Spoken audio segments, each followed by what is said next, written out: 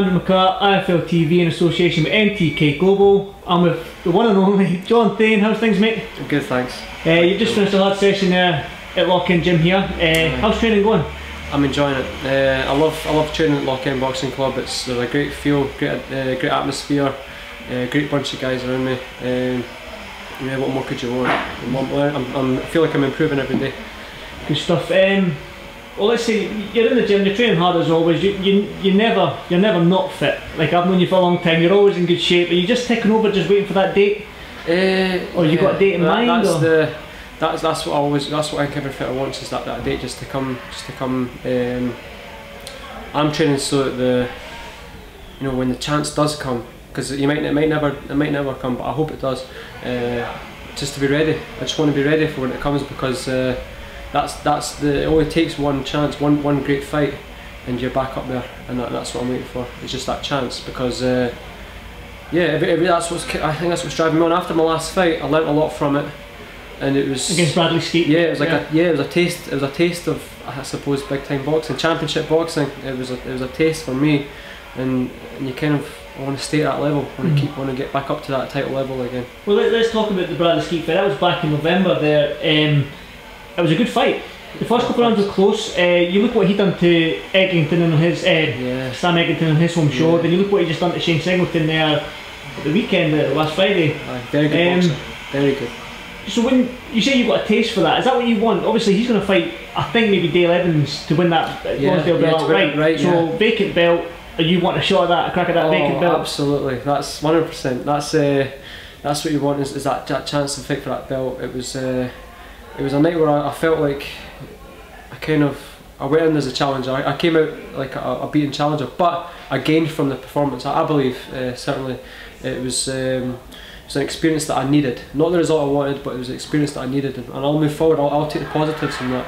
And Bradley, I'm sure I respected him before the fight. We had respect between us after it as well.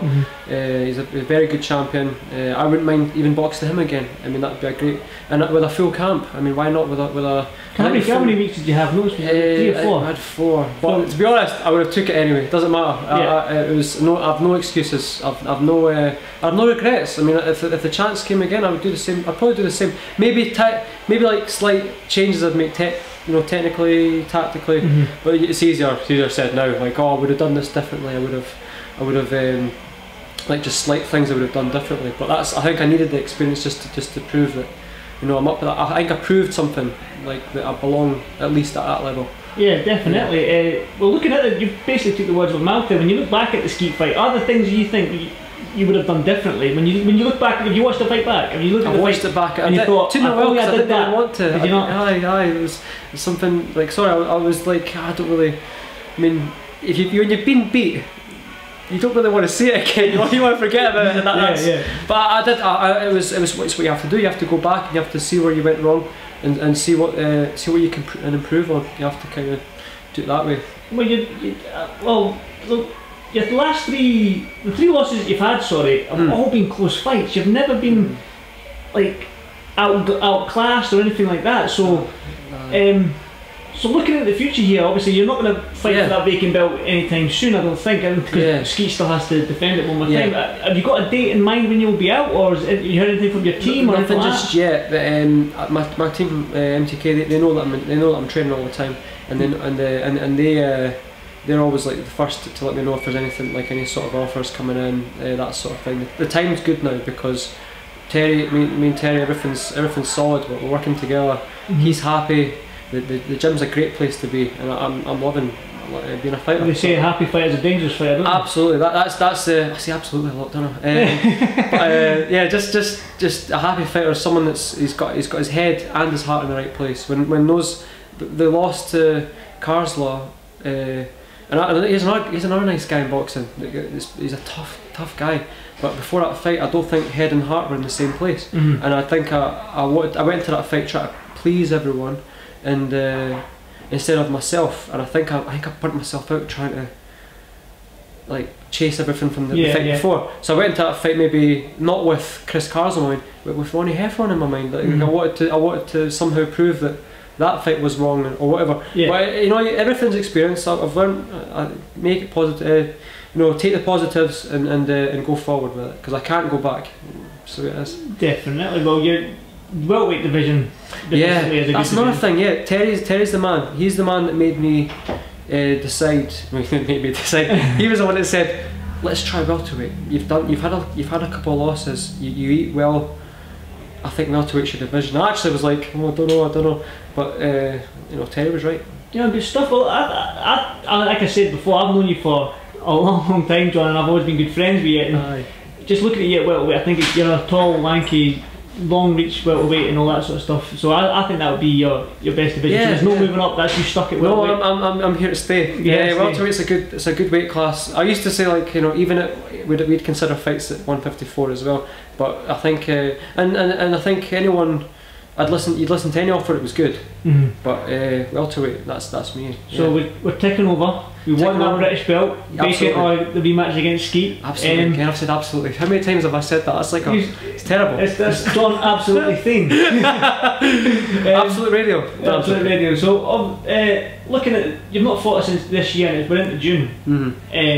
I know I've asked you, you've not got a date lined up, but if you're looking at a year in advance, 1 year from now, yeah, do you want that British title in your... I keep talking about the British title, and I do apologise, but it's something that I believe in myself as... Well, the thing about the British title is you can trace back all the like every champion with those belts, like the Lonsdale belt. Those belts have been since the beginning of like what's the Queensberry rules, and you know, you can trace back all. So the welterweight division in Britain, you can trace it back to all those names that had the British title belt. And you know, off the top of my head, it's like, you know, you've got your guy, was it Colin Jones? Yeah. So I spoke to him. He boxed, I think it was Morton McCrory, I think in America. He told me, but he's still got his belts like on display. That's how much it means to him. So you look at guys like, I mean, Gary Jacobs as well, who's a British welterweight champion.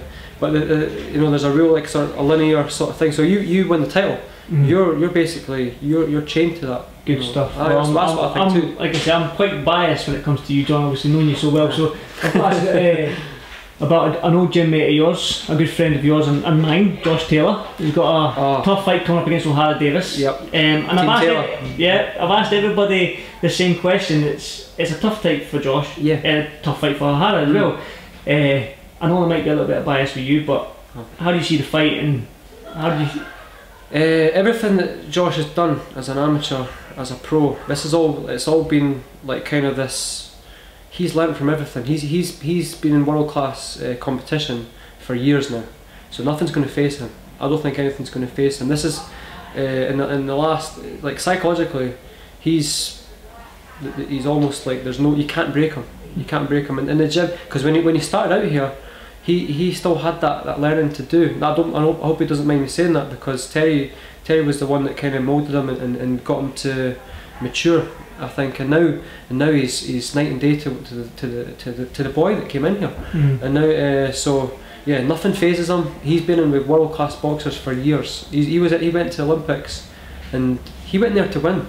You know, so he's got a winner's mentality. He's like, it doesn't matter what happens in this. For me, knowing him, and that's the thing. Nothing, you know. He's got that mentality that whatever happens, he's going to get his hand raised. That's what he's got. It's like, it doesn't matter. He'll go through anything to win this. So I take it you think George is going to win? Yeah, I think so too. You got a prediction on that, or? Yeah, I'm sort of thinking that because he's got that speed. He's got that speed where it's like he could finish the fight early, or he could. I think maybe I'm slightly going 7-8 rounds now. Oh really? But you never know. It could be a points. As long as he gets his hand raised, I'm happy. That's like, because you know, watching him develop and stuff.